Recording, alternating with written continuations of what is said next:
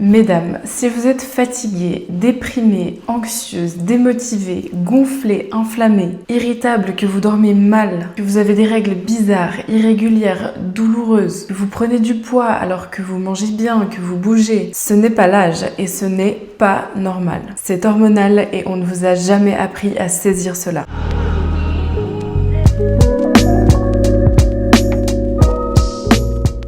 Alors dans quel contexte parlons-nous des hormones? On parle des hormones lorsqu'on prend la pilule, lorsque l'on arrive à la ménopause et lorsqu'on souhaite tomber enceinte. Alors que les hormones, en réalité, c'est tellement plus que ça. Les hormones régissent votre vitalité, votre énergie, votre motivation, votre joie de vivre, votre sérénité, votre digestion, et oui, votre sommeil, votre système nerveux, votre système immunitaire, votre système lymphatique, votre circulation sanguine, votre silhouette et votre niveau d'inflammation. Et oui, juste ça. Vous l'aurez compris, vos hormones pilotent 80% de tout ce que vous ressentez dans votre corps et dans votre tête au quotidien. C'est énorme et je ne sais pas pourquoi personne ne nous en parle. Prenons à présent l'exemple d'un cycle fonctionnel. Ça, c'est vraiment le scénario naturel si tout se passe comme prévu. Spoiler alert, très peu de femmes connaissent un cycle comme ça en réalité. Ça, je pense quand même que vous le savez que les femmes, nous sommes cycliques et nous sommes régulées sur un cycle qui dure 28 jours, contrairement aux hommes qui sont régulés sur un cycle de 24 heures, puisqu'ils envoient constamment les mêmes niveaux de testostérone, qui est leur hormone prédominante, toutes les 24 heures. Donc sur ce cycle de 28 jours, on a d'abord la phase folliculaire qui commence dès le premier jour des règles jusqu'au jour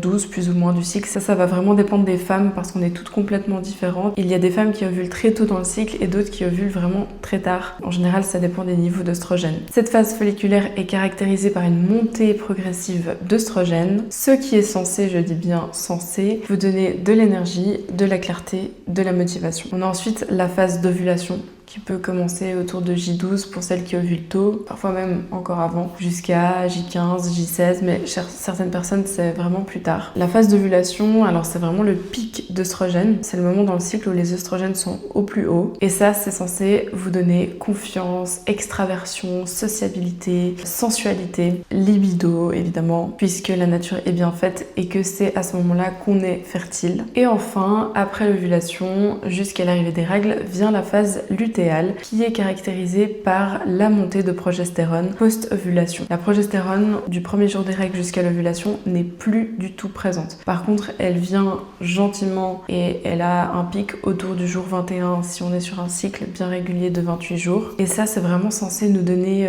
calme, sérénité. La progestérone agit sur GABA, qui est le neurotransmetteur qui est vraiment hyper calmant pour le système nerveux. Donc c'est vraiment censé nous ancrer, nous rendre calme, introspective, un peu plus fatiguée qu'en phase lutéale, avec besoin de faire peut-être moins de choses, d'être moins stimulée, d'être un peu plus introvertie, mais ça ne doit pas devenir pathologique. Vous n'êtes pas censé partir en état inflammatoire, en état dépressif, en état anxieux. Tout ça, c'est vraiment pas normal. Je sais qu'on le normalise beaucoup, les syndromes prémenstruels, ces fameux SPM, une semaine avant les règles où on devient un monstre. Il y a beaucoup de reels humoristiques sur les réseaux sociaux qui circulent. C'est drôle parce que malheureusement énormément de personnes s'identifient à ça, mais c'est pas parce que c'est commun que c'est normal. Ça, c'est vraiment le problème des maladies chroniques du 21e siècle, c'est qu'on considère que les choses qui sont communes sont normales, alors que clairement pas. On est juste parfois dans une société qui fonctionne un peu à l'envers. Et donc, devinez quoi, la majorité des femmes n'ont jamais un cycle comme ça, comme je viens de vous décrire. Et c'est assez marrant parce que justement sur les réseaux sociaux, ça fait peut-être 3 ans qu'on entend beaucoup parler de réguler ses hormones, prendre soin de ses hormones, mais ça veut dire quoi en fait? Et je trouve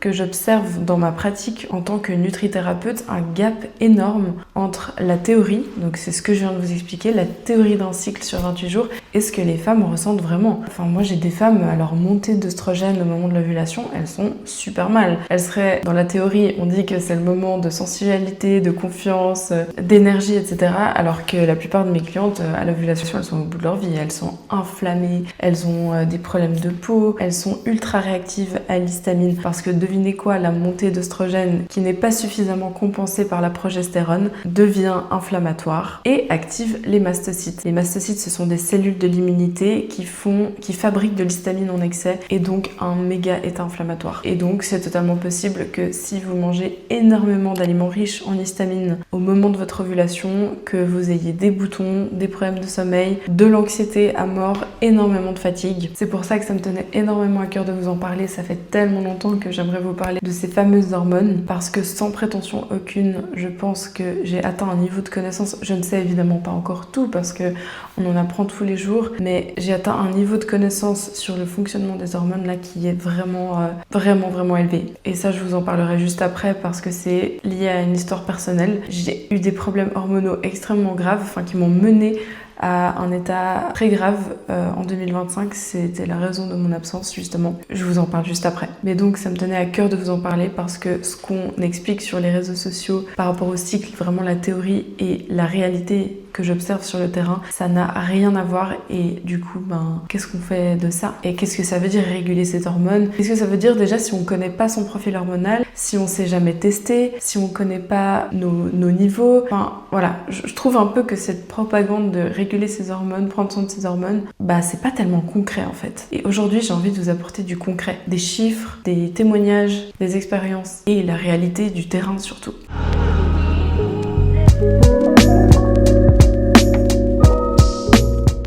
Et donc pourquoi les femmes n'ont jamais un cycle optimal comme je viens de vous décrire et ce qu'on entend d'après la théorie? La première raison, c'est la pilule. Il y a énormément de femmes qui sont mises sous pilule et pour avoir pris la pilule, j'avais tellement pas conscience de ce que ça voulait dire, de ce que ça allait changer dans mon corps, de la différence, en fait du fonctionnement de la pilule tout simplement, parce que il y a beaucoup de femmes qui prennent la pilule et qui pensent encore qu'elles ont des variations hormonales, comme un cycle en fait. Donc non, pour vous expliquer en 2 secondes, je pense que je ferai une vidéo exclusivement sur les pilules, parce que je sais qu'il y en a qui ont très peur d'arrêter, que c'est pratique pour leurs moyens de contraception, ou certaines ont commencé pour vraiment réguler des hormones qui naturellement n'allaient pas du tout, ce que je peux comprendre aussi. Je vous parlerai juste après des prédispositions génétiques, mais la génétique, à mon avis, fait énormément sur les différences hormonales entre les femmes. Donc je respecte qu'on ait envie de continuer la pilule, mais si vous la prenez, déjà renseignez-vous sur la composition de votre pilule, parce qu'elles sont toutes composées de manière tellement différente. Certaines sont combinées, ça veut dire qu'il y a des œstrogènes et de la progestérone. Certaines sont uniquement progestatives. Personnellement, je trouve que c'est les meilleures. Et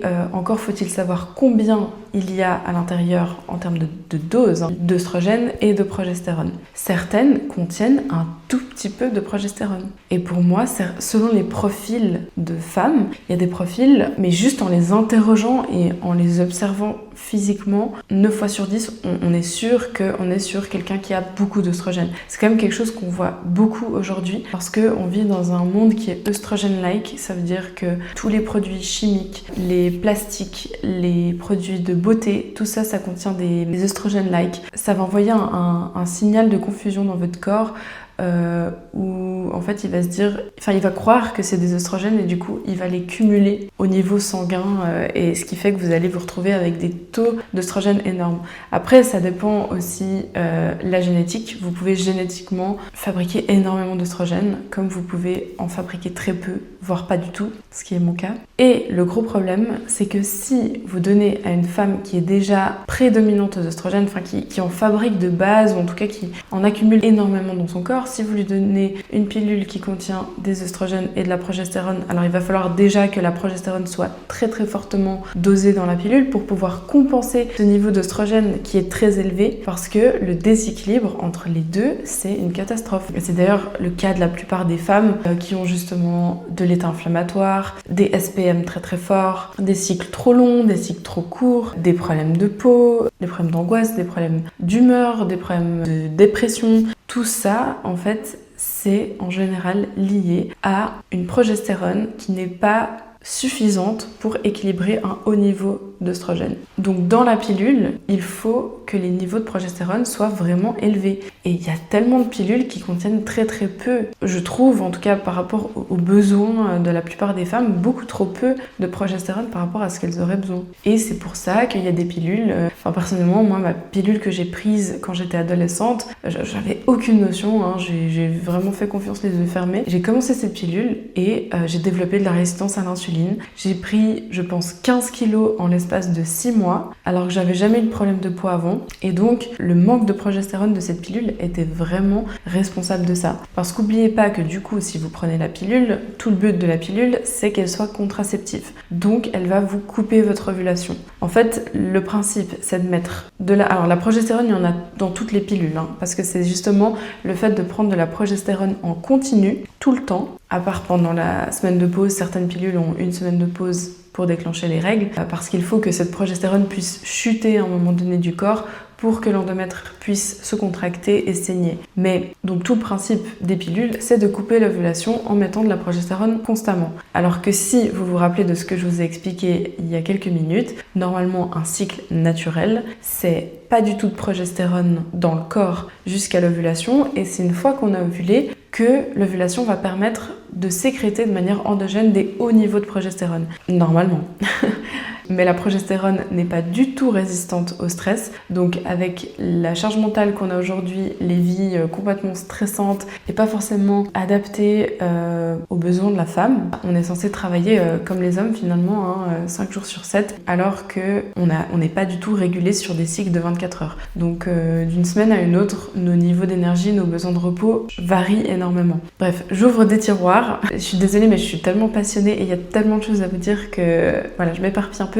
Mais c'est important pour moi de vous informer. Oui, donc pour revenir à la pilule qui coupe l'ovulation, c'est pour ça qu'elle est contraceptive. Si vous coupez votre ovulation, en fait, vous pouvez plus produire de progestérone. Votre corps, il peut plus fabriquer sa progestérone à lui. Vu que la progestérone, c'est une conséquence de l'ovulation dans un cycle naturel. Il faut ovuler pour fabriquer de la progestérone. Donc si vous coupez votre ovulation et de ce fait vous n'avez plus de production de progestérone endogène, vous vous doutez bien que pour compenser tout ce que vous manquez en fait chaque mois parce que vous n'ovulez pas de progestérone, il faut en mettre quand même pas mal dans cette pilule. Et c'est vraiment pas le cas de toutes les pilules. Certaines pilules contiennent seulement 0,75 mg de progestérone. D'autres contiennent 2 mg, 3 mg, 4 mg. Et j'ai vu des patientes changer du tout au tout au niveau de leur état inflammatoire, de leur douleur dans le corps, de leur migraine, de leur saute d'humeur, de leur anxiété, de leur joie de vivre, en changeant simplement de pilule et en faisant quasiment x4 la dose de progestérone par rapport à ce qu'elles avaient avant. Et puis une autre chose très importante sur la pilule, c'est que normalement, je dis bien normalement parce que j'ai vu une exception à la règle pas plus tard que la semaine dernière avec une très bonne cliente à nous, ma mère et moi, au sein de notre cabinet de nutrition en Suisse. Donc normalement, quand vous prenez une pilule qui contient des œstrogènes et de la progestérone, donc une pilule combinée, il faut savoir que ce sont des hormones synthétiques, donc ils n'ont rien à voir avec les hormones biologiques que vous produisez naturellement. Donc là aussi, pour le corps, c'est perturbant parce que ça envoie des faux signaux. Et d'ailleurs, ce qui est fou, c'est qu'on peut même pas les tester dans le sang. Ça veut dire que si vous prenez, et ça c'est quelque chose que j'ai appris récemment, si vous prenez la pilule, vous ne pouvez pas aller faire une prise de sang pour tester combien d'œstrogènes et combien de progestérone vous donne finalement votre pilule. On ne sait pas les tester.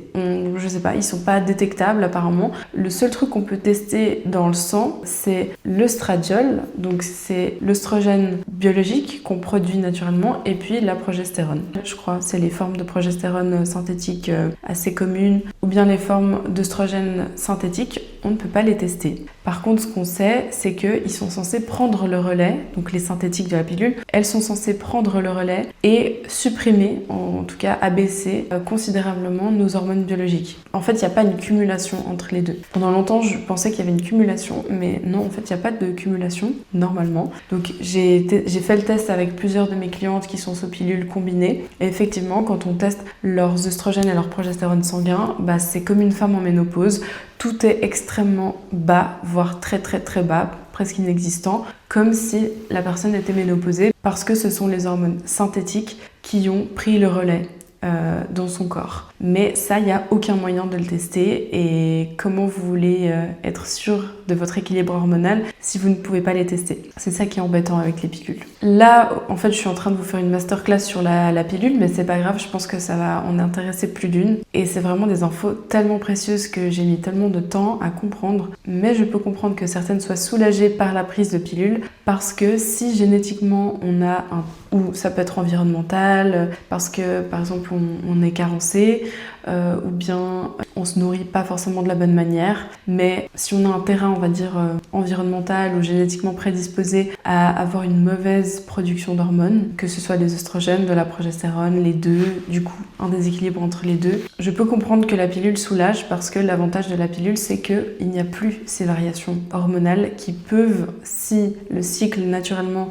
n'est pas bien régulé, être limite pire. Et l'avantage, c'est que la pilule nous amène les mêmes niveaux d'hormones de manière ultra constante tous les jours. Donc en fait, vous êtes flat, presque comme les hommes. Le seul moment où vous avez une chute hormonale et que vous pouvez vous sentir moins bien, si vous prenez une pilule 3 semaines, 1 semaine off, juste avant l'arrivée des règles, ça peut être pendant la semaine off, vous arrêtez votre prise d'hormones synthétiques et du coup, elle chute. Et là, vous pouvez vous sentir bof. Et ce que je voulais vous dire par rapport à ma cliente de la semaine dernière, qui a été le premier cas exceptionnel, c'est qu'elle prend également une pilule combinée, donc avec des oestrogènes et de la progestérone synthétique. Et comme je vous ai dit, normalement, si on teste dans son sang ses niveaux d'oestrogène et de progestérone, tout devrait être comme une femme après la ménopause, vu que c'est les synthétiques qui prennent le relais. En revanche, donc c'était le cas pour sa progestérone. En même temps, pas étonnant, parce que si la pilule est contraceptive et qu'il y a de la progestérone non-stop, on sait qu'elle n'ovule plus du coup depuis des années et des années. Et du coup, pas étonnant que sa progestérone soit complètement dans les chaussettes, voire inexistante. Par contre, ce qui était ultra intéressant, c'est que ses oestrogènes étaient méga élevés. Mais genre, quand je dis méga élevé, c'est vraiment énorme. Pour moi, ce qui signifie que son corps ne fait pas la dissociation entre les deux et que, exceptionnellement, chez elle, et j'ai fait des recherches, ça peut arriver, clairement, c'est plus rare, mais ça peut arriver. Et de nouveau, on est toutes complètement différentes. Elle a peut-être justement une génétique qui fait que son corps n'a pas su faire la différence, le tri, entre guillemets, pour que ses oestrogènes naturels soient abaissés. Je pense que c'est une femme qui a naturellement une prédominance œstrogénique relativement forte. Et son corps n'a pas su les abaisser pour laisser uniquement les synthétiques prendre le dessus, et il y a eu comme une cumulation chez elle, j'imagine, et donc elle est sur un déséquilibre hormonal qui est énorme. Elle est genre à 1000 pmol par litre d'œstrogène et à 1 nmol par litre de progestérone. Le gap est énorme et pas étonnant qu'elle soit en état inflammatoire, qu'elle ait de la peine à perdre du poids. Enfin, c'est comme je vous ai dit, les œstrogènes, s'ils ne sont pas compensés par suffisamment de progestérone, ils sont vraiment inflammatoires, ils peuvent causer de la résistance à l'insuline. Le seul avantage d'avoir vraiment beaucoup d'œstrogènes, même si parfois ils sont pas suffisamment compensés par de la progestérone, c'est le niveau d'énergie en général, il est passablement élevé. Ça dépend encore chez qui, mais ce que j'ai observé, c'est que toutes mes clientes avec beaucoup d'œstrogènes, vraiment beaucoup, c'est des femmes qui sont beaucoup plus résistantes au stress. C'est en général pas des profils qui vont faire des burn-out, même si ça fait 15 ans qu'elles travaillent comme des malades à 150%, elles ont, je trouve, une résistance au stress qui est assez impressionnante. Et c'est pas des clientes qui se plaignent de fatigue, d'être au bout de leur vie, etc. C'est vraiment, elles y vont, quoi, ça déménage.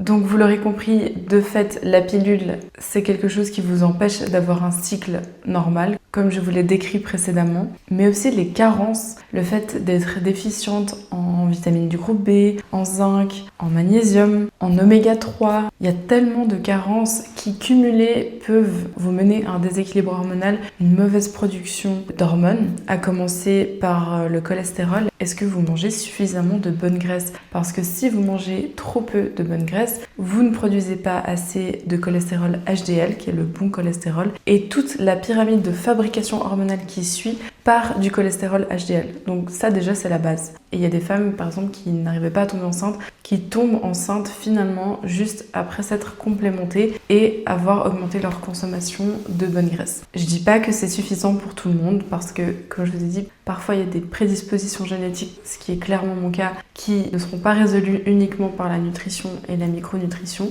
mais c'est déjà un point par lequel commencer. Évidemment, le stress, si vous avez un gros stress physique, psychologique, le stress, ça n'a pas besoin d'être forcément que du stress au travail, du stress dans sa vie personnelle, ça peut être aussi le fait d'en demander trop à votre corps, de ne pas assez dormir, de faire trop de sport. Ça peut être perçu clairement comme un stress. Je vous l'ai mentionné avant, mais la progestérone n'est pas du tout résistante au stress. Son pire ennemi, c'est le cortisol. Le cortisol, vous le savez peut-être, c'est l'hormone du stress. Donc quand le cortisol est élevé, au moment où la progestérone est censée s'élever, donc en phase lutéale, post-ovulation jusqu'à l'arrivée des règles, si le cortisol est élevé, la progestérone, elle va pas pouvoir venir en quantité suffisante et faire son job. Donc l'exercice hyper intense, la fatigue physique, psychologique, dans la mesure du possible évidemment.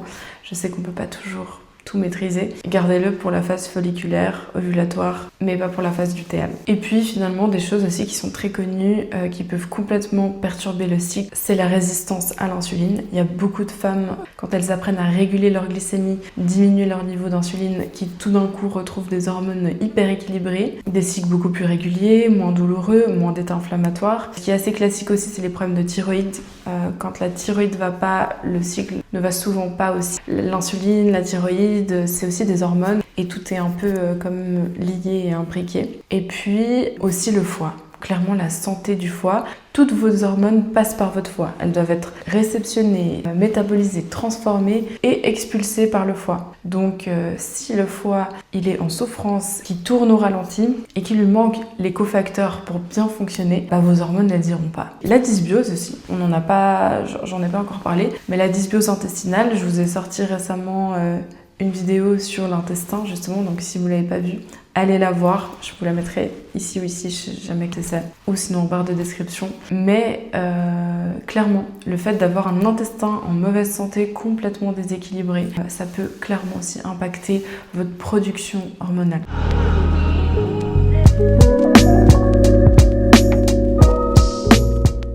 Enfin bref, des histoires aberrantes, j'en ai entendu.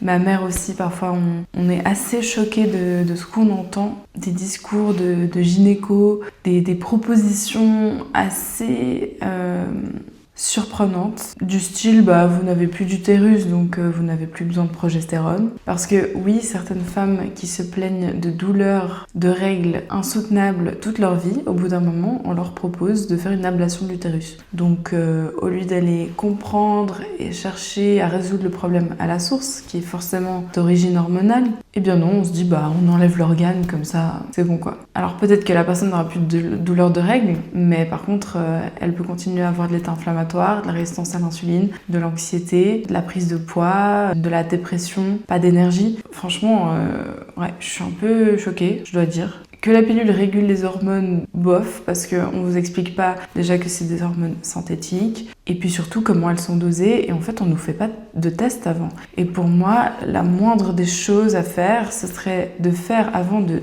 prescrire une pilule, ce serait de faire une prise de sang, doser naturellement, sur un cycle déjà naturel, combien est-ce que la personne fabrique de progestérone, combien est-ce qu'elle fabrique d'oestrogène, mais ça, ils le font jamais. D'ailleurs, la progestérone, elle n'est jamais faite par les gynécos. Quand on demande un bilan complet hormonal, sanguin, ils vont tout vous faire. La réserve ovarienne, AMH, FSH, LH, la prolactine, l'œstrogène éventuellement, mais la progestérone, jamais ils ne la font sur un bilan. Quand on demande un bilan hormonal complet, ils ne la font pas. Alors que c'est quand même la deuxième hormone qui prédomine notre cycle. Et ça, je suis choquée. J'ai l'impression que vraiment la progestérone, elle est complètement négligée, alors que c'est juste l'hormone pour moi qui est responsable de tellement de problèmes de santé, de tellement d'états inflammatoires, de femmes qui arrivent à la périménopause, qui peut déjà être 5-10 ans avant que les règles se coupent complètement et qui soudainement, de nulle part, sont déprimées, sont anxieuses, ont une humeur complètement incontrôlable et qui sont mises sous antidépresseurs alors qu'en fait il leur faudrait juste des hormones. Le nombre de femmes qui sont arrivées à la ménopause, donc qui n'ont plus du tout de cycle, qui essayent parce qu'elles se sentent mal mal forcément la thérapie hormonale de substitution,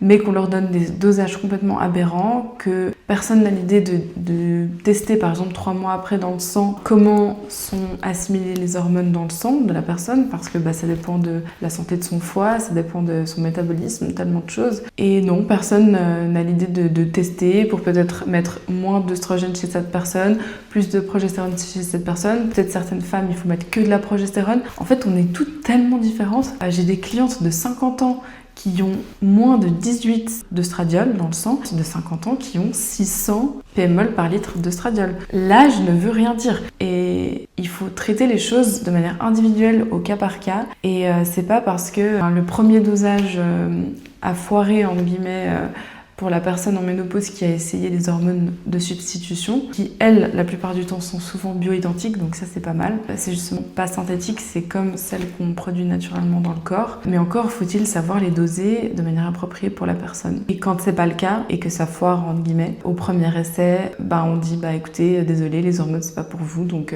laissez tomber. Et puis elles arrêtent, et puis en fait, les problèmes s'empirent chaque année qui passe, parce que c'est que relativement récent qu'on vive sans hormones la moitié de notre vie. C'est que il faut quand même se dire qu'avant, l'espérance de vie était beaucoup plus courte et que les femmes vivaient finalement très peu de temps sans hormones. Alors qu'aujourd'hui, on vit jusqu'à 90-100 ans et vous voulez qu'on passe la moitié de notre vie sans hormones, alors que c'est juste au centre de toute notre vitalité, toute la régulation de notre système nerveux, immunitaire, inflammatoire. Il y a des études qui montrent que chez les femmes qui développent les Alzheimer précoces, c'est souvent lié à un manque d'œstrogène précoce. Enfin bref, ça joue tellement et je suis complètement choquée et en aberration devant tout ça. Qu'on nous dise rien, qu'on nous teste pas, qu'on nous dise que ça sert à rien. Le nombre de médecins qui ne sont pas à l'écoute, j'en ai entendu des histoires, je les compte même plus. Pour vous raconter une anecdote, j'ai une cliente il y a quelques mois qui m'a dit écoutez, je sais pas ce qui se passe, ça fait 3 semaines que j'ai des idées noires, mais vraiment inquiétantes, alors que rien n'a changé dans ma vie. Mais rien du tout, elle ne comprenait pas d'où ça venait. Elle est dans sa quarantaine, elle a encore des cycles et tout ça, mais je lui ai dit, écoutez, je pense qu'il vous faut de la progestérone, parce qu'on sait que déjà la périménopause, ça se passe déjà des fois à 10-15 ans avant la fin complète du cycle. On a gentiment la progestérone qui commence à décliner bien avant l'œstrogène. Donc vous l'aurez compris maintenant, si vous êtes encore là, qu'on sait que la progestérone, c'est la première des 2 hormones qui diminue. Et comme la progestérone agit sur le système nerveux et le GABA, c'est très connu que l'anxiété et la dépression puissent être liées à des manques de progestérone. Et je lui ai dit, écoutez, je pense qu'il vous faut de la progestérone. Elle a réussi à avoir par miracle une prescription de progestérone de sa médecin et en 3 jours de progestérone, tout avait disparu, elle était revenue 100% à elle-même.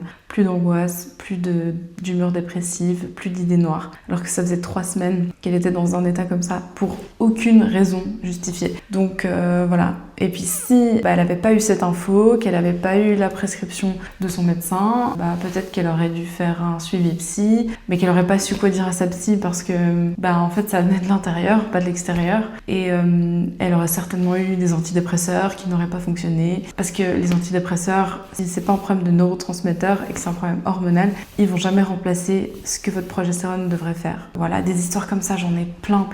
Bref, cette vidéo, elle est tellement importante parce que ça me tient à cœur que vous vous reconnectiez avec votre physiologie. Parce que c'est votre droit. Et il y a encore quelques années, je ne me rendais pas du tout compte à quel point ça régissait tout mon physique et mon psychique. Et cette vidéo est déjà bien trop longue, donc promis, je vous ferai une vidéo dans quelques temps où je vous raconterai toute mon histoire, ce qu'il m'est arrivé, ce que j'ai découvert en 2025, pourquoi j'ai eu autant de problèmes de santé et que c'est allé aussi loin et franchement grave. Et ce que j'ai découvert en 2025, c'est que la base de tous mes problèmes de santé, de cet état qui s'est avéré vraiment grave en 2025, la base de tout ça, c'est que je n'avais pratiquement 0 niveau d'œstrogène ni de progestérone dans mon corps. Vraiment comme si j'avais 80 ans. Et le problème, c'est que ça a duré sur des années et personne ne m'a jamais dit que d'avoir, et pourtant beaucoup de médecins l'avaient vu dans mes bilans, ces niveaux d'œstrogène qui pour mon âge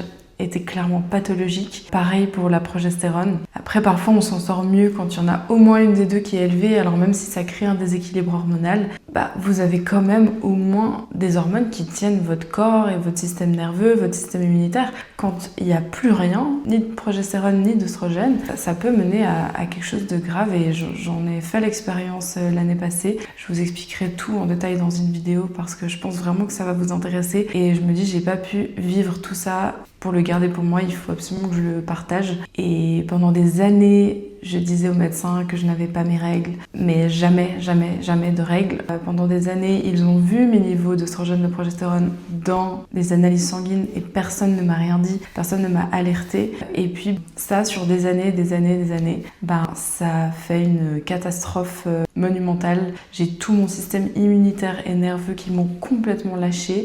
Plus rien ne fonctionnait dans mon corps et ma vie est devenue sacrément handicapante. Et jusqu'à ce que je fasse mes propres recherches, j'avais aucune idée que les hormones pouvaient faire tout ça. Et que sans hormones du tout, ni d'œstrogène ni de progestérone à un si jeune âge, tout mon système immunitaire et nerveux pouvait me lâcher au bout de 7 ans. Donc voilà.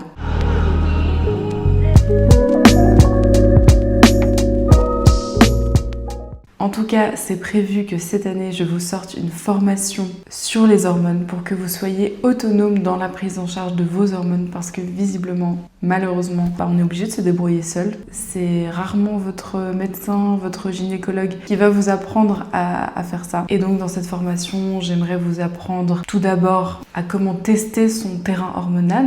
Comment identifier son profil hormonal? Est-ce que vous avez une tendance à avoir beaucoup d'œstrogène, pas assez de progestérone, ou l'inverse? Très rare, mais il y a plusieurs scénarios qui existent. Et déjà, comment tester, comment connaître son terrain, la base. Parce qu'on est tous hyper différents. On peut pas se fier même à sa sœur, parce que si ça se trouve, typiquement ma mère et moi, c'est ma mère, c'est elle qui m'a conçue, mais nous n'avons pas du tout le même profil hormonal. Donc ne vous fiez même pas aux membres de votre famille. J'aimerais aussi vous apprendre le ratio entre E2, P4, donc œstrogène, progestérone, sanguin, comment on peut identifier un bon ratio entre les deux, quel jour faire les tests du cycle pour identifier les pics et identifier notre équilibre hormonal tout simplement. Il y a des ratios à respecter pour qu'on soit pas en prédominance œstrogénique, en prédominance progestative. Ça peut parfois arriver la prédominance progestative, selon mon expérience, uniquement dans les cas où on se supplémente de manière exogène en progestérone. Donc comme les femmes par exemple en post-ménopause, où c'est mon cas typiquement à cause de mon histoire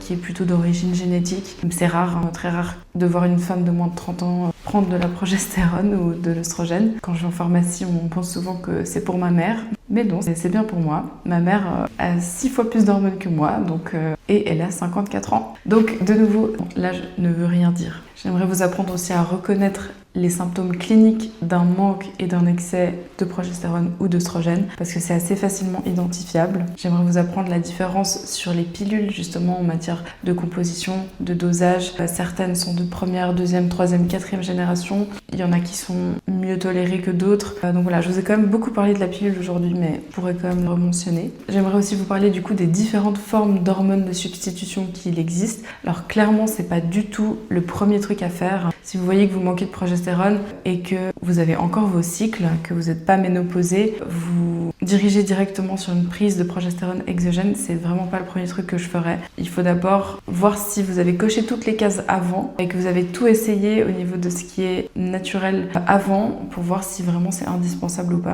Parce que le problème c'est qu'une fois qu'on le prend, le corps devient flemmard à faire aussi sa propre production. Et puis ça se prend pas n'importe quand, n'importe comment. Et à chaque femme qui prend de la thérapie hormonale de substitution prend des dosages complètement différents. Certaines prennent un tout petit peu d'œstrogène, certaines en prennent beaucoup plus tous les jours, certaines prennent la progestérone un jour sur deux, certaines prennent tous les jours, certaines prennent par voie orale, d'autres vaginale. C'est pas du tout assimilé de la même manière. Ça va dépendre aussi de la santé de votre foie, donc il y a tellement de choses à vous partager de manière vraiment concrète pour que vous puissiez vous lancer dans votre exploration hormonale parce qu'honnêtement chaque femme devrait le faire. Et puis finalement j'aimerais vous parler de la hiérarchie hormonale, comment ça se fabrique, quels sont les précurseurs de quoi, quels sont les possibles terrains génétiques défaillants.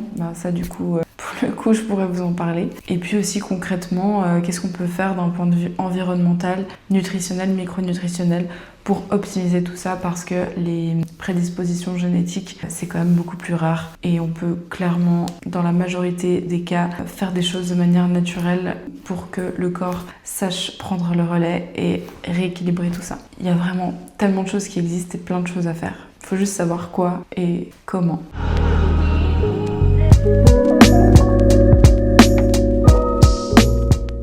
Conclusion de cette vidéo, si vous ne comprenez pas vos hormones, si vous ne vous y intéressez pas, si vous n'explorez pas, si vous n'investiguez pas, vous passerez votre vie à croire que c'est vous le problème. Alors s'il vous plaît mesdames, reprenez le pouvoir, faites-vous tester, investiguez, investissez, vous me remercierez plus tard. Sur ce, jusqu'à la prochaine vidéo, prenez bien soin de vous les amis, ciao!